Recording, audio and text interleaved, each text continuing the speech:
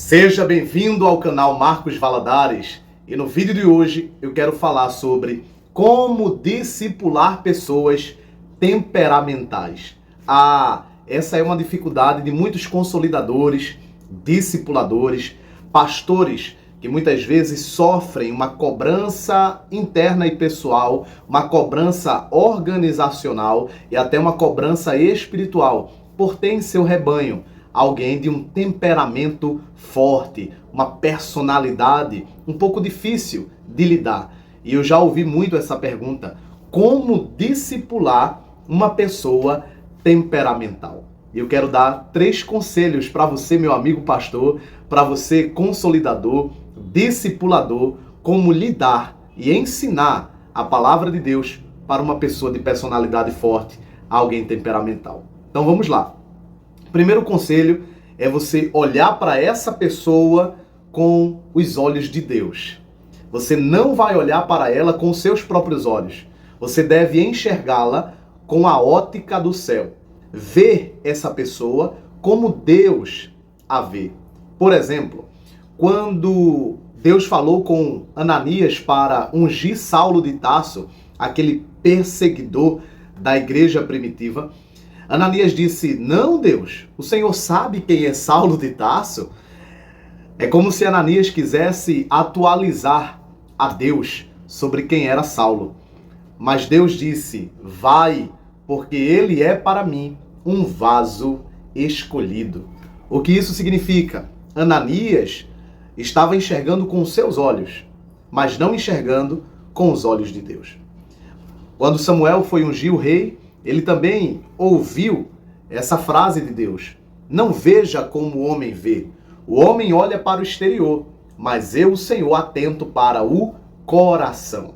Então, quando a gente olha para alguém com os olhos de Deus, nós conseguimos enxergar o coração da pessoa. Não somente suas emoções, não somente o seu perfil comportamental, não tão somente o seu temperamento, mas nós olhamos para a alma dessa pessoa e nós enxergamos nela, nós enxergamos ela com os olhos de Deus. De igual modo, as pessoas olhavam para Pedro e via um homem rude, um homem bruto, analfabeto, um pescador iletrado, mas Jesus olhava para ele com um olhar celestial. Jesus olhava com um olhar de pai, com um olhar de consolidador, com um olhar de discipulador. E quando Jesus olhava para Pedro, ele já o enxergava no futuro, como aquele que em sua primeira pregação 3 almas iriam se converter. Aquele que por onde passasse a sua sombra curaria as enfermidades. Aquele que futuramente seria capaz de morrer crucificado até de cabeça para baixo e não negar ao Senhor Jesus Cristo. Jesus olhava para ele não como os homens olhava com um olhar especial. Portanto, se você está discipulando alguém que tem um temperamento forte, assim como o de Pedro, alguém como era o antigo Paulo, ou seja, Saulo, olhe com o olhar de Deus, olhe com um olhar de amor, olhe com um olhar de compaixão, olhe para ela como Deus a olha, olhe com os olhos de Deus. Segundo conselho é você se colocar no lugar da pessoa, é você ter compaixão. Jesus frequentemente era movido de íntima compaixão. Ele sentia misericórdia das pessoas. Quando você realmente se coloca no lugar da pessoa, quando você tenta entender a história dela, o contexto da vida dela, como foi a criação, como foi a infância, o que ela passou, qual foi o seu trauma, qual é o seu complexo, qual é o seu medo, você vai entender a raiz por trás daquela personalidade tão forte. Até porque o excesso de força revela uma fraqueza. Esse excesso de mostrar que é alguém forte, na verdade ela está tentando maquiar e esconder algo fragilizado. Inclusive pode ser até uma raiz de rejeição. Então quando você se coloca no lugar dela, você tem uma verdadeira compaixão, você sente por ela de fato empatia, se colocando no lugar, você vai se sentir mais encorajado a não desistir daquela pessoa, a continuar cuidando, investindo, consolidando, ensinando, discipulando, porque você não está olhando para ela tão somente de fora para dentro. Você começa a ter uma visão olhando de dentro, porque você se coloca no lugar dela. Você começa a imaginar, e se fosse eu? E se fosse comigo? E se eu fosse assim? Eu ia precisar de alguém que não desistisse de mim, que lutasse, que orasse, que jejuasse, que me aconselhasse, que me discipulasse, que me confrontasse. Então, um segundo conselho é se colocar no lugar daquela pessoa. Entender o seu contexto histórico, entender a sua vida, entender de onde ela veio. Tentar compreender um panorama da sua existência, da sua história, fazer essa triagem espiritual, se colocando no lugar dela. Em terceiro lugar, você tem que crer que você é uma esperança para a maturidade desta pessoa.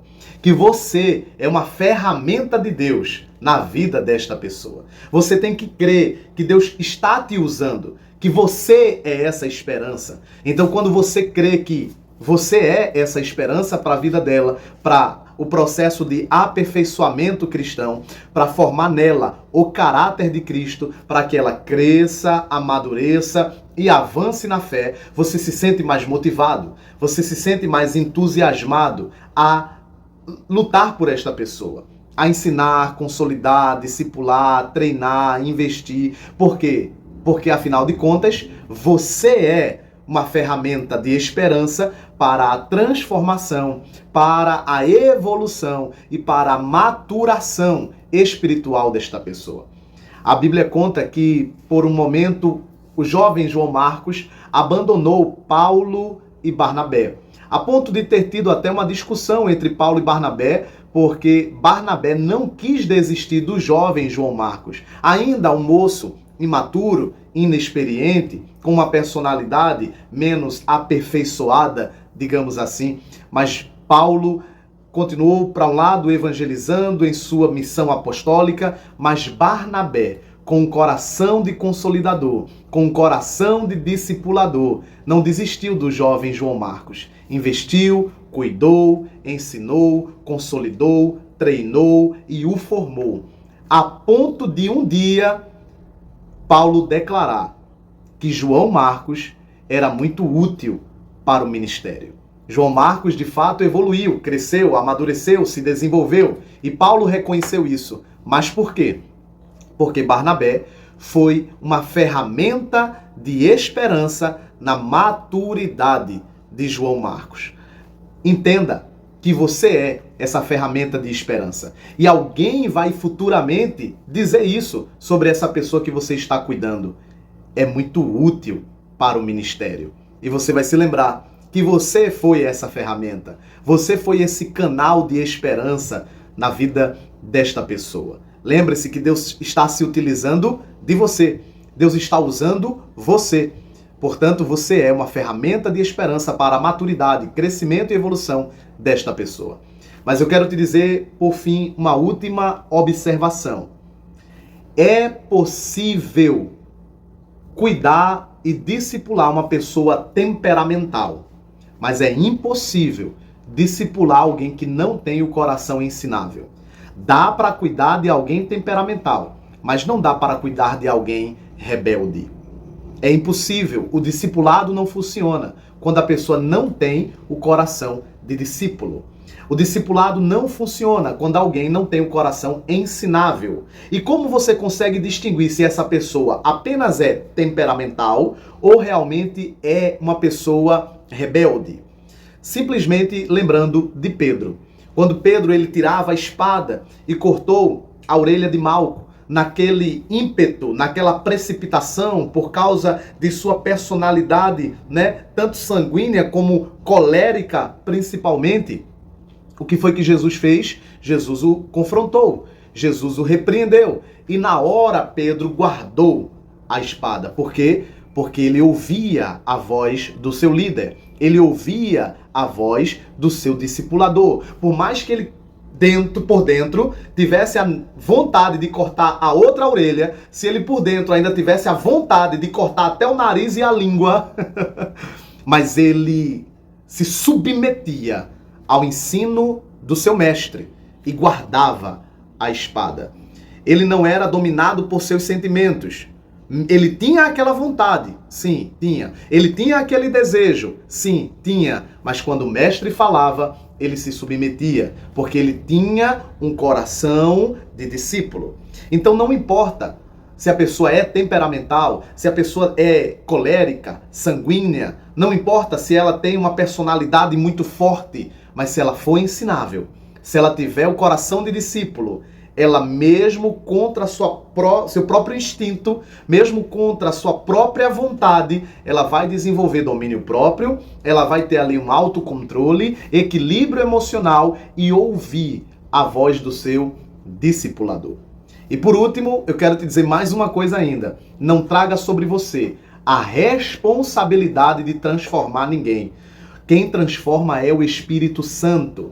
Quem transforma é o Espírito Santo. É ele quem convence do pecado, da justiça e do juízo. O arrependimento é uma obra realizada pelo Espírito Santo.